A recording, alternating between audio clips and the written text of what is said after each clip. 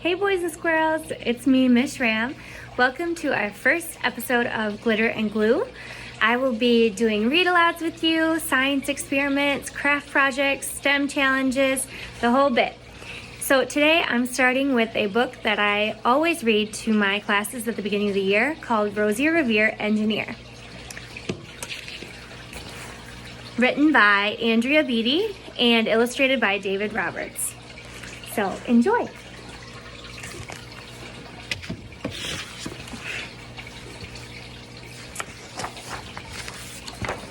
Rosie Revere Engineer. This is the story of Rosie Revere, who dreamed of becoming a great engineer. In Lila Greer's classroom at Blue River Creek, young Rosie sat shyly, not daring to speak. But when no one saw her, she peeked in the trash for treasures to add to her engineer stash.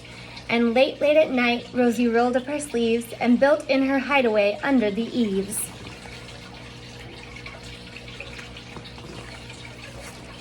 Alone in her attic, the moon high above, dear Rosie made gadgets and gizmos she loved. And when she grew sleepy, she hid her machines far under the bed where they'd never be seen.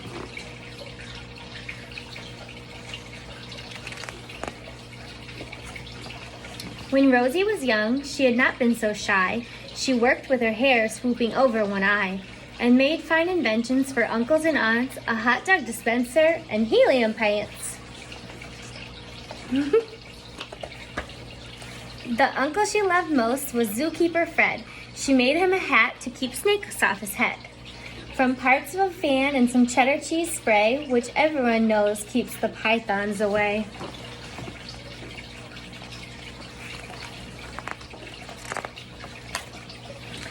And when it was finished, young Rosie was proud, but Fred slapped his knee and he chuckled out loud.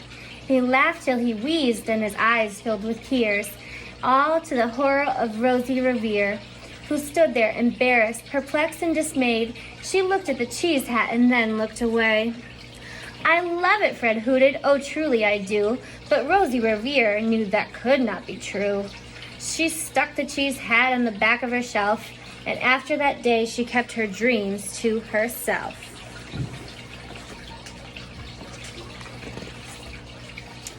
And that's how it went until one autumn day, her oldest relation showed up for a stay.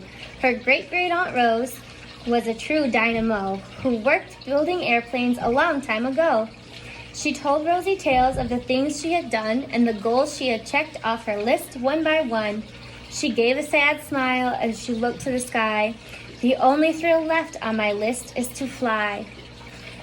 But time never lingers as long as it seems. I'll chalk that one up to an old lady's dreams.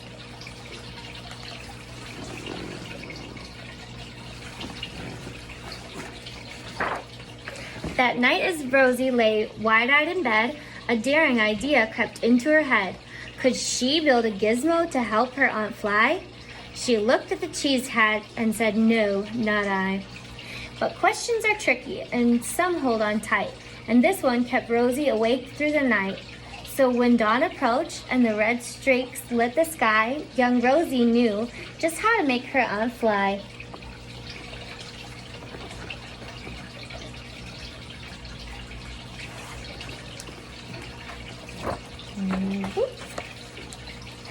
She worked until the day was half gone, then hauled her cheese copter out onto the lawn to give her inventions a test just to see the ridiculous flop it might turn out to be.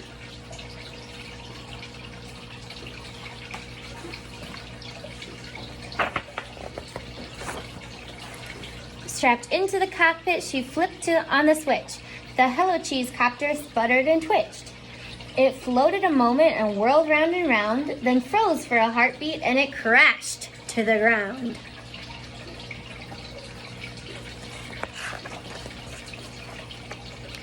Then Rosie heard laughter and turned round to see the old woman laughing and slapping her knee.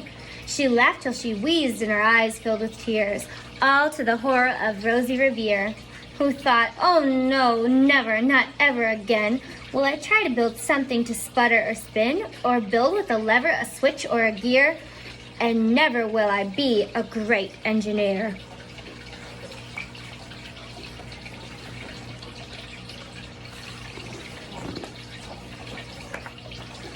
She turned round to leave, but then Great-Great-Aunt Rose grabbed hold of young Rosie and pulled her in close. She hugged her and kissed her and started to cry. You did it! Hooray! It's the perfect first try. This great flop is over. It's time for the next. Young Rosie was baffled, embarrassed, perplexed. I failed, said dear Rosie. It's just made of trash. Didn't you see? The cheese copter crashed, not trashed. Yes, said her great aunt, it crashed, that is true. But first it did just what it needed to do. Before it crashed, Rosie, before that it flew.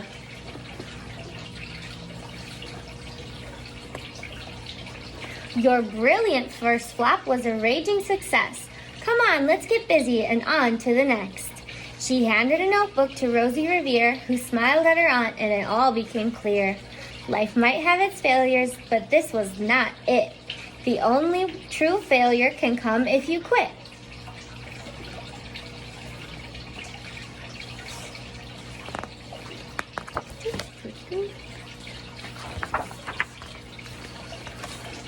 They worked till the sun sneaked away to its bed. Aunt Rosie tied her headscarf around Rosie's head and sent her to sleep with a smile ear to ear to dream the bold dreams of a great engineer.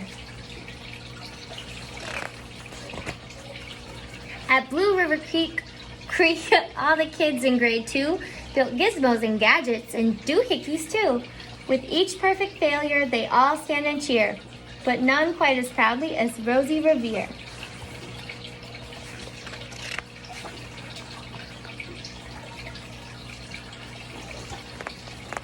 And the end. All right, well, I hope y'all have fun, and I'll see you next time.